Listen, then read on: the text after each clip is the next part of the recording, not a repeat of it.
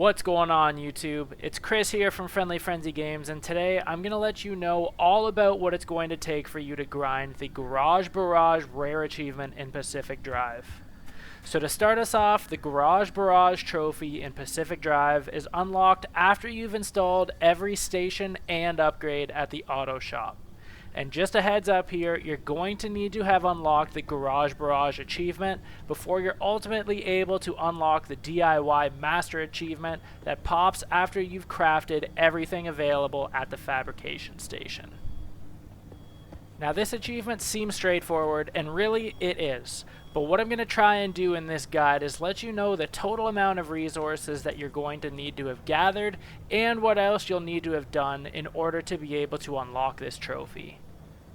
Also, towards the end of the video, I'm going to highlight my thoughts and recommendations for what I think are the most helpful items to research first in the early game, mid, and end game. So let's get this started. After doing the math, you're going to need to have collected and spent 11.3 units of stable anchor energy, 16.6 units of unstable anchor energy, and 12.4 units of corrupt anchor energy.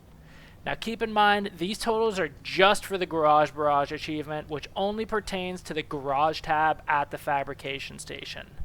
On top of this, you're obviously going to need to have collected and spent a lot of materials.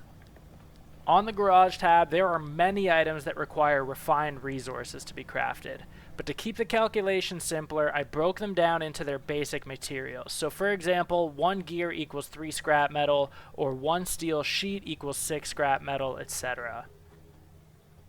With that said, in addition to the initial anchor energy and materials required to research these refined resources, here are my estimations for total resources that you're going to need to spend to unlock the Garage Barrage achievement.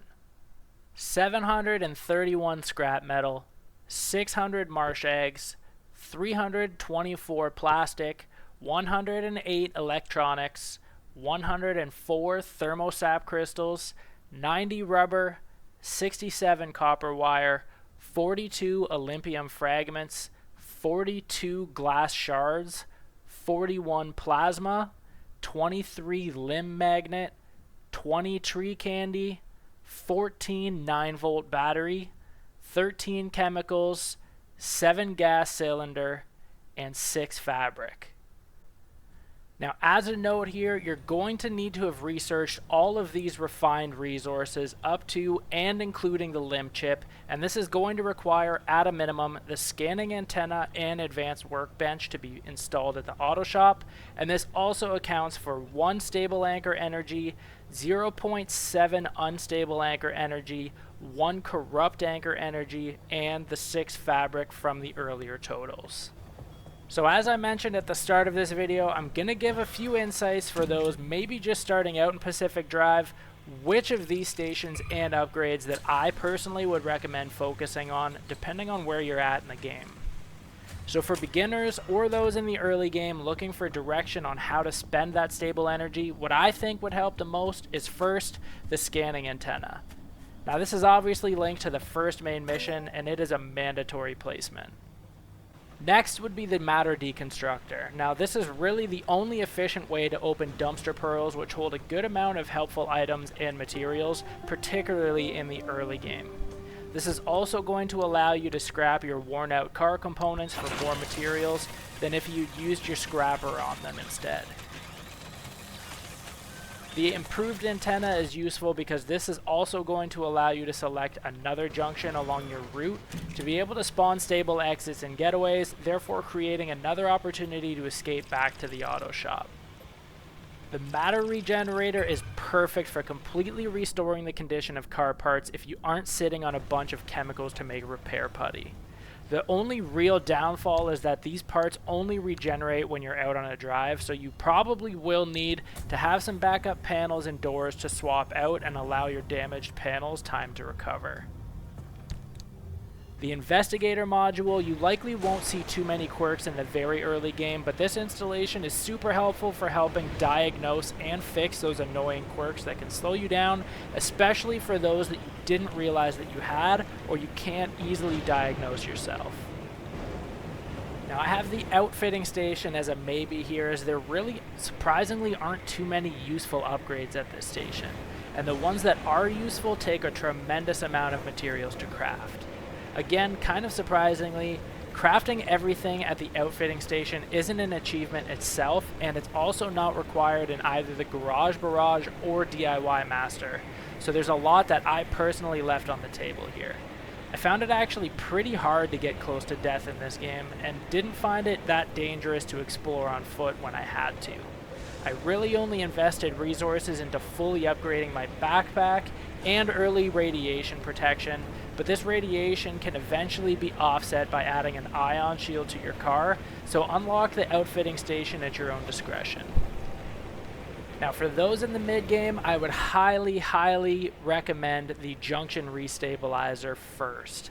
This is going to allow you to re-roll certain junctions along your route to avoid unfavorable conditions, and can honestly sometimes mean the difference of having the necessary gear on hand or needing to craft it. This is going to make completing story missions faster and easier, and help you even more when trying to farm materials in specific locations.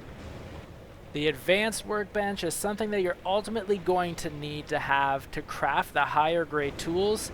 This is going to allow you to begin to harvest some of the new materials and make the tools themselves much more efficient. Not only that, but the advanced workbench will need to be used to craft some of the later auto shop upgrades, so getting this earlier is definitely better. The expanded matter generator, if you've been using the matter generator religiously like I did, take advantage of its upgrade, as you're going to be able to repair nearly twice the amount of components as before. The analysis module is an upgrade to the investigator module at the Tinker Station, and this is going to allow you even more options when diagnosing and investigating the quirks that plague your car and are likely to start making more of a negative impact on your runs and progress. Next would be pneumatic lockers. Now you are going to need to have unlocked the first few expanded lockers to begin placing pneumatic lockers, but it's definitely worth it in the long run, specifically if you're having storage issues like I did.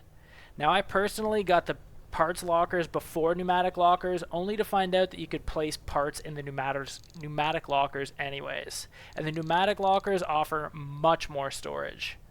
I had one specifically for car parts and one for resources and never hit the limit, so I would highly suggest these before any others. As you begin to near the end of the game, you've likely got a good grasp on everything, but ultimately you're going to need to unlock everything for these achievements anyways.